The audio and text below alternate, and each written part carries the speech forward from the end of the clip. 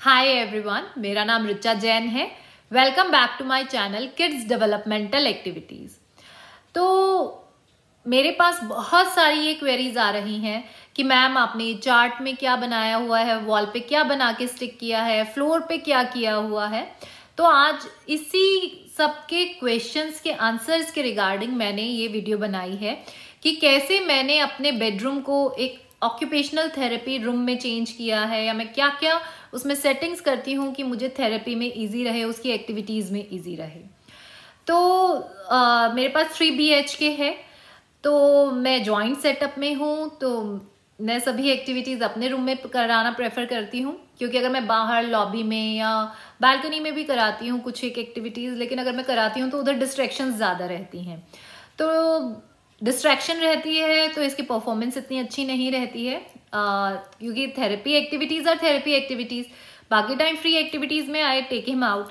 तो उसके लिए मैं प्रेफर करती हूँ मेरे रूम में ही कराना, क्योंकि उसमें दरवाजे बंद कर दिए, रूम क्लोज कर दिया, मिनिमम डिस्ट्रैक्शन, कोई चीज़ें मैं फिर नीचे नहीं छोड़ती हूँ, सभी चीज़ें ऊपर उठा कर रखती हूँ, सिर्फ एक्टिविटी से रिलेटेड चीज़ें नीचे रखती हूँ।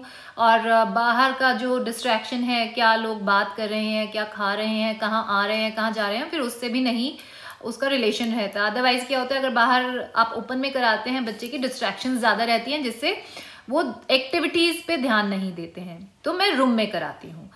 तो इनिशियली अगर मैं बात करूं, जब कृष्णव की स्टार्टिंग में थेरेपीज हुई थी, ही वॉज 2.3, 2 ईयर 3 मंथ्स का था, और उस पॉइंट पे वो बिल्कुल नॉन वर्बल था, एक सिंगल वर्ड भी नहीं बोलता था, zero eye contact, zero recognition, zero understanding.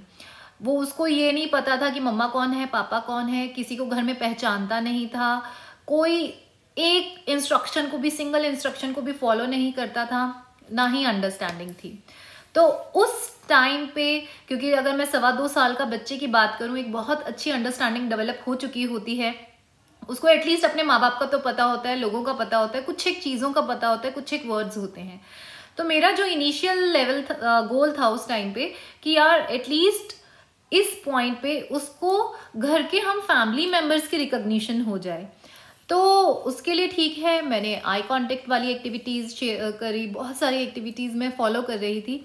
But मैंने एक चीज़ और करी कि मैंने अपनी वॉल पे एक चार्ट बना दिया। तो ये चार्ट था फैमिली मेम्बर्स के बारे में, वो फोटोज़ को कट करके मैंने ये चार्ट अपनी वॉल पे पेस्ट किया था, जिससे फैमिली मेम्बर्स की रिकॉग्निशन कराने में कि ये चाचू हैं, ये चाची हैं, ये माँ जी हैं, तो इस तरह से कराने में मुझे बहुत हेल्प मिली। जैसे जैसे उसका लेवल इंक्रीज होता गया, मैं वॉल पे चार्ट्स चेंज करती रही। फिर उसके बाद जो मैंने चार्ट्स बनाए, उसमें सिर्फ ABCD के चार्ट्स थे, ABCD विद पिक्चर, क्योंकि मैं हैंडमेड चार्ट्स बनाना पसंद करती हूँ, क्योंकि उसमें मुझे ये रहता है कि कितना छोटा लेना है, कितना बड़ा लेना है, क्या कलर्स मैंने उसमें डालने हैं, किस तरह से मैंने उसकी प्लेसिंग करनी है। आप मार्केट से भी ले सकते हैं, अगर आप घर पे नहीं बना सकते हैं तो मार्केट से भी ले सकते हैं, लेकिन मैं प्रेफर करती हूँ घर पे बनाना, क्योंकि जब मैं बनाती हूँ, मैं कृष्णव को कई बार पास बिठाती हूँ, तो वो ऑब्जर्व करता है व्हाट शी इज मेकिंग, तो वो भी उसके लिए एक अच्छा एक्सपीरियंस रहता है। साथ में मैं अपनी डॉटर को इंक्लूड कर लेती हूँ, कलरिंग उसको दे देती हूँ, तो उसको भी लगता है कि वो भी कनेक्टेड रहती है, क्योंकि एक जॉइंट एफर्ट कहते हैं ना, जिस चीज़ में आप कुछ काम कर लें वो चीज़ आपको ज़्यादा प्यारी लगने लगती है। खाना आप बनाएंगे, ठीक है, अगर किसी और ने बना के दिया आप नुक्स निकाल सकते हैं, नमक कम था, टेस्ट अच्छा नहीं था, लेकिन जिस दिन आप बनाएंगे, वो जली फूकी रोटी हो, चाहे सब्जी इतनी अच्छी भी ना हो, लेकिन वो बहुत अच्छी लगेगी आपको। तो सेम कॉन्सेप्ट इन चीज़ों में भी रहता है। अब चार्ट मैंने बनाया, मैंने अपने दोनों बच्चों को अपने पास बिठाया, तो वो जो अटैचमेंट है उस चार्ट के लिए उन दोनों की भी आती है। माई डॉटर लव्स इट क्योंकि उसने कलरिंग की है, कृष्णव लव्स इट क्योंकि उसमें उसको मैंने इन्वॉल्व करने की कोशिश की है। तो एक तो वो वॉल पे चार्ट फाड़ेंगे नहीं मतलब कृष्णव का सिनेरियो बता रही हूँ, मेरी डॉटर बहुत समझदार है कि कृष्णव को ये हो जाएगा कि हाँ ये मैंने कुछ किया था, तो वो उसको टच नहीं करता है, कृष्णव ये आपने किया था, आपने, तो वो एक अटैचमेंट रहती है, बॉन्डिंग रहती है। तो वो एक तो स्टार्टिंग में मेरा यही था, मैं वॉल पे चार्ट चिपकाऊंगी और वो फाड़ देगा, बट जब मैंने ये सीन किया तो उसके बाद उसने फाड़ा नहीं, तो वो वहाँ पेस्ट रहा। तो इसलिए भी मैं इंक्लूड करती हूँ। दूसरा फिर उसको रहता है कि हाँ ये कुछ ऐसे किया था मेरे सामने बैठ के, तो वो एक अंडरस्टैंडिंग भी बनती है। तो इनिशियली मैंने ए के अगेंस्ट उसका जो भी पिक्चर है वो मैंने ड्रॉ की थी।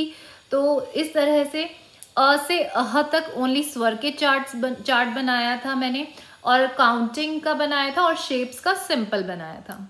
तो ये पहला मेरा पिक्चर चार्ट था, ओनली फैमिली पिक्चर चार्ट। जो सेकंड थर्ड चार्ट था, दो चार्ट्स बनाए थे मैंने, ये बनाए थे। उसके बाद मैंने जो अब चार्ट्स बनाए हैं वो आप देखिए। तो ये चार्ट है हिंदी अल्फ़ाबेट्स के बारे में, और इसमें आप देखेंगे कि सिंपल मैंने हिंदी के अल्फ़ाबेट्स लिखे हैं। चार्ट्स में इसलिए पेस्ट करके रखती हूँ, जब उसका फ्री टाइम होता है या मैं उसको नहीं देख पाती हूँ, वो घूमता फिरता देखेगा तो कुछ ना कुछ तो उसके दिमाग में जाएगा ना, रजिस्ट्रेशन तो होगी। तो इसलिए भी मैं चार्ट्स लगाना पसंद करती हूँ। एटलीस्ट फ्री टाइम में जितना दिन में दिखेगा आगे पीछे, उतना लर्निंग इम्प्रूव होगी। सो इस चार्ट में मैंने शेप्स बनाई हैं। शेप्स मैंने डिफरेंट टेक्सचर की चीज़ों से बनाया है, फॉर्म, वेलवेट, रेगमार्क, जूट, डिफरेंट टेक्सचर के पेपर से। तो ये है कि सेंसरी बोर्ड की तरह, सेंसरी चार्ट की तरह भी काम करता है, और साथ ही साथ शेप्स भी रिकॉग्नाइज हो रही हैं। फिर इसमें इमोशंस पे काम कर रही हूँ मैं कृष्णव के साथ, तो मैंने इमोशंस अंडरस्टैंडिंग के लिए डिफरेंट इमोशंस शो किए हैं। नेक्स्ट कॉलम में मैंने 2 अल्फ़ाबेट को कंबाइन करके कैसे हम उसको प्रोनाउंस करेंगे उसका कॉलम बनाया है। तो एट प्रेजेंट मैं कृष्णव के साथ अल्फ़ाबेट ब्लैंडिंग पे काम कर रही हूँ, तो इसलिए मैंने ये चार्ट बनाया है। So this is the next chart. इसमें मैंने सिंपल कैपिटल और स्मॉल अल्फ़ाबेट्स लिखे हुए हैं ताकि उसकी रिकॉग्निशन रहे। साथ ही साथ क्योंकि कृष्णव वो करने लगा है, तो मैंने वॉवल्स पे स्ट्रेस किया है, वॉवल्स उसमें मेंशन किए हैं, और कृष्णव के नेम की स्पेलिंग मेंशन की है ताकि उसको अपने नेम की स्पेलिंग का नॉलेज आए। सो नेक्स्ट कॉलम में मैंने काउंटिंग्स एंड सिंबल्स लिखे हैं। तो इसमें बड़ा इसलिए भी लिखा है क्योंकि मैं फिंगर ट्रेसिंग भी कराती हूँ इससे कृष्णव की। तो इससे प्री राइटिंग एक्टिविटी होती है, तो उसको लेटर्स की फॉर्मेशन भी आ जाती है, जो इन फ्यूचर उसको राइटिंग में भी हेल्प करती है। तो इस तरह से मैं अपने चार्ट्स अपडेट करती रहती हूँ। अब ये भी चार्ट्स अपडेट करने वाले हो गए हैं, बट स्टिल वर्किंग कि अब मुझे क्या बनाना है, और आई एम मैनेजिंग टाइम कि मुझे बनाना है। तो वो जब चार्ट्स बन जाएंगे तो उनकी फ़ोटोज़ मैं आपके साथ शेयर कर दूंगी। फ्लोर की अगर हम बात करें, तो अब हम फ्लोर के बारे में जानते हैं कि फ्लोर में मैंने क्या क्या किया हुआ है। इस साइड में डिफरेंट पैटर्न्स बनाकर रखती हूँ। अभी मैंने जिगजैग बनाया हुआ है, पहले इस पे मैंने स्पायरल बनाया हुआ था, तो इस पे मैं उसको कार दे देती हूँ, उसको वो चलाना होता है, या फिर टेंडम वॉक कराती हूँ। बेड की इस साइड मैंने बॉक्सेस बनाए हुए हैं। इसमें 2 चीज़ें होती है, मैं एक बॉक्स से दूसरे बॉक्स में जंप करने को कहती हूँ, और in and out, jump in the box, jump out the box. ये अरेंजमेंट मैंने बैट बॉल के लिए किया है। चुन्नी से बॉल को हैंग कर दिया है। पहले बड़ा टारगेट था फुटबॉल, तो कृष्णव को एक रहता था कि बैट बॉल नहीं खेलता था, तो मैं पकड़कर इससे करवाती थी, और अब छोटा टारगेट दे दिया है बॉल, तो अब वो इस पर प्रैक्टिस करता है। तो ये मैंने हॉपस्कॉच बनाया हुआ है, जिसे बचपन में हम बिज्जो भी बोलते थे, बट इसमें उसको स्टापू थ्रो नहीं करना है। जस्ट मैं इसको प्रैक्टिस कराती हूँ, jump on 1, jump on 2, jump on 3, फिर 4, 5। तो इसका बेनिफिट ये होता है, बच्चे को ये पता चलता है कब मुझे रुकना है, बॉर्डर एंड बाउंड्रीज की नॉलेज आती है। साथ ही साथ अपने ब्रेन को रेगुलेट करने में, इमोशंस को कंट्रोल अगर हम करना बच्चों को सिखाते हैं, तो वो इन एक्टिविटीज़ के थ्रू भी हेल्प मिलती है। तो इसलिए ये एक्टिविटी मैं ज़रूर कराती हूँ कृष्णव से। तो ये सारा सेटअप मैंने अपने रूम में किया हुआ है। मैंने अपनी वॉल, जो छत है, ऊपर छत है, उस पर, क्योंकि कृष्णव को विजुअल इश्यूज बहुत ज़्यादा थे, अब वो कंट्रोल हो गए हैं। तो रेडियम वाले जो स्टार्स आते हैं ना, रेडियम जो डार्क में चमकते हैं, मतलब ग्लो करते हैं, ग्रीनिश, पैरेट ग्रीनिश, तो वो मैंने कुछ एक स्टार्स और मून का एक पैक लेके वो मैंने पेस्ट किया था, वो अभी नहीं है।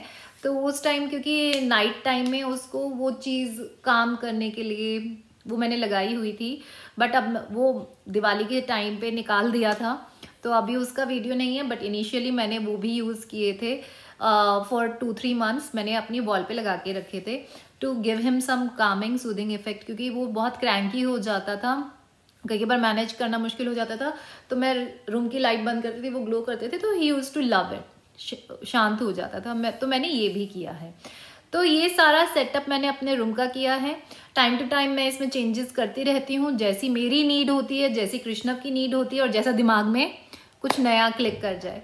तो उस तरह से मैं अपने रूम को थेरेपी रेडी करती रहती हूँ और साथ ही साथ नई नई एक्टिविटीज़ ट्राई करती रहती हूँ। कुछ एक बहुत फ्रूटफुल रहती हैं, कुछ एक होता है चलो एटलीस्ट उसने किया, नहीं किया तो इन फ्यूचर कराऊंगी। तो हमेशा मेरी R&D उसके साथ चलती रहती है, अब क्या कैसे करूं और उसके इश्यूज को कैसे कंट्रोल करूं। एक बहुत ही इंटरेस्टिंग सी स्टोरी है। एक शिप है, बहुत बड़ी शिप है, वो खराब हो गई। तो क्या हुआ, वहाँ पर बड़े बड़े मैकेनिक्स आए, बड़े बड़े इंजीनियर्स आए, बट उन्होंने काफ़ी देखा और करा, वो ठीक नहीं कर पाए। बट वहाँ पर एक छोटा सा बच्चा आ रहा है, बंदा आ रहा है, उसने क्या किया, सिर्फ एक स्क्रू उस शिप का टाइट किया और वो चीज़ जो है वो एकदम ठीक हो गई। एंड एवरीवन वाज शॉक्ड कि अरे यार, इतने सारे लोग आए, उन्होंने इतने बड़े बड़े इंजीनियर्स आए, वो इसका ठीक नहीं कर पाए, बट सिर्फ एक स्क्रू ढीला था और वो 1 मिनट में हो गया और इस बंदे ने कर दिया। तो मैं बार बार आपको यही बोलूँगी कि हम लोग इतनी सारी चीज़ें करने लग जाते हैं, इतना हाइपर हो जाते हैं, हम खुद हाइपर हो जाते हैं, हम खुद इतना परेशान हो जाते हैं कि हम सोच ही नहीं पाते एक सही डायरेक्शन में कि हमें करना क्या है। तो उसमें क्या होता है, हम खुद भी पैनिक हो जाते हैं, बच्चे को भी इतना पैनिक कर देते हैं। सबसे पहले ज़रूरी है क्लैरिटी ऑफ विजन, सिर्फ वो स्क्रू ढूंढने की कि सिर्फ थोड़ा सा हमें घुमाना है और उसको ठीक करना है, रादर देन पूरी नाव को उलट पुलट करके गिर देना है। हम लोग इतना पैनिक, इतना वो हो जाते हैं। ठीक है, मैं अंडरस्टैंड इसलिए कर सकती हूँ क्योंकि मेरे साथ ऐसा हुआ है और अभी भी मैं पैनिक स्टेज में आ जाती हूँ कभी कभी, जब कृष्णम के बिहेवियर्स बहुत ज़्यादा आ जाते हैं। तो रादर देन पैनिकिंग, वो सोचिए कि इसका रीज़न क्या है। ऊपर ऊपर मत देखिए, उसका बेस रीज़न देखिए कि हमारे बच्चे की कंडीशन है, दिस इज़ कंडीशन, वो जानबूझकर नहीं कर रहे हैं, सबसे पहली बात। दूसरी बात, इसका इलाज सिर्फ रेगुलर थेरेपीज़ हैं। अगर आप थेरेपी नहीं कराएंगे, बच्चे में इम्प्रूवमेंट नहीं आएगी। अगर बच्चा ओवरवेल्म्ड है, उसके बिहेवियर्स आ रहे हैं, तो उसका रीज़न ढूंढिए, ठीक है, उस रीज़न से बेस्ड एक्टिविटीज़ कीजिए। आप अपने थेरेपिस्ट से सलाह लीजिए कि ये बिहेवियर्स मेरे बच्चे में आ रहे हैं, उसके लिए मुझे क्या करना चाहिए। रादर देन पैनिकिंग और फिर अपना सर पकड़ के बैठ के रोने से अच्छा है उसके सॉल्यूशन पे काम करिए बड़े ही शांत दिमाग से। जब आप शांत दिमाग में रहेंगे तो आपकी सोचने समझने की क्षमता ज़्यादा रहेगी। जब आप सोचेंगे सही, स्ट्रेट फॉरवर्ड, फोकस्ड होके सोचेंगे रादर देन ऐसे ऐसे ऐसे, जब आपका फोकस क्लियर होगा तो आप बड़े ही अच्छे से चीज़ें क्लियरली देख पाएंगे। पहले तो ये सारा प्रोसेस समझिए, फिर उसके बाद उस पर एक्शन लेंगे तो रिजल्ट भी मिलेंगे। तो पैनिक मत कीजिए, नेगेटिविटी मत आने दीजिए, पॉजिटिविटी रखिए। सबसे इम्पॉर्टेंट चीज़ एज एप्रोप्रिएशन, कि क्या मेरा बच्चा अपनी एज के अकॉर्डिंग काम कर रहा है या नहीं। अगर नहीं कर रहा है, किस एज के लेवल पे है अभी मेरा बच्चा, उस एज के लेवल से हम लोग काम कराना स्टार्ट करें। सपोज कीजिए कृष्णव की अगर मैं एट प्रेजेंट भी एज की बात करूं, ही इज 3.6, अब वो 3.5 साल का हो गया है, बट उसकी जो academics he is doing very well. But अगर उसकी मेंटल एज की बात करूं, ही इज लाइक 2.3 नाउ, 2.3 और 2.6। तो उसका अभी वो लेवल नहीं है कि ही इज 3.6। मेंटली अगर मैं बात करूं, उसकी अभी वो चीज़ नहीं आई है। तो मैं उसको जो एक्टिविटीज़ प्लान आउट करके दूंगी, उसकी एज एप्रोप्रिएशन के हिसाब से नहीं दूंगी, क्योंकि मैंने उसका असेस किया है कि ही इज़ बिहेविंग और he is doing things like a 2.6 year old, कि वो 2.5 साल के बच्चे के हिसाब से चल रहा है। अभी उसकी एज में 1 ईयर का गैप है, तो मैं उसके अकॉर्डिंग एक्टिविटीज़ प्लान करूंगी। मैं ये नहीं देखूंगी कि एक 3.5 साल का बच्चा दूसरा क्या कर रहा है, मेरा बच्चा अभी उस लेवल पे आया ही नहीं है। मैं अब जो देखती हूँ, मैं ये देखती हूँ 2.5 साल का बच्चा क्या कर रहा है, उसके अकॉर्डिंग मैं उसका लेवल अप करती जाऊंगी। तो बहुत सारी चीज़ें आपको अपने बच्चे को एसेस करने में ध्यान में रखनी है। बर्डन खुद भी नहीं लेना, बर्डन बच्चे को भी नहीं देना, पैनिक नहीं होना, खुद भी बच्चे को भी पैनिक नहीं करना। जब आप ये सारी चीज़ें बड़े शांत दिमाग से देखेंगे, सोचेंगे, सॉल्यूशंस अपने आप सामने एक सिंपल छोटे से स्क्रू में दिख जाएंगे कि बस मुझे यही करना है और हमारी नाव चल पड़ेगी। तो इसी नोट के साथ मैं आज का वीडियो एंड करती हूँ कि आप लोग stay positive, stay focused, don't panic, don't get depressed. बड़े ही पॉजिटिविटी के साथ हम अपने बच्चों के साथ काम करेंगे तो हमें भी वो स्क्रू मिलेगा। थोड़ा टाइट करना पड़ेगा बट मिलेगा। तो उसी नोट के साथ मैं ये वीडियो एंड करती हूँ। अगर आपको ये बातें, ये वीडियोस या ये चीज़ें पसंद आ रही हैं तो प्लीज़ मेरे चैनल को लाइक, शेयर एंड सब्सक्राइब करना मत भूलिएगा। Thank you so much.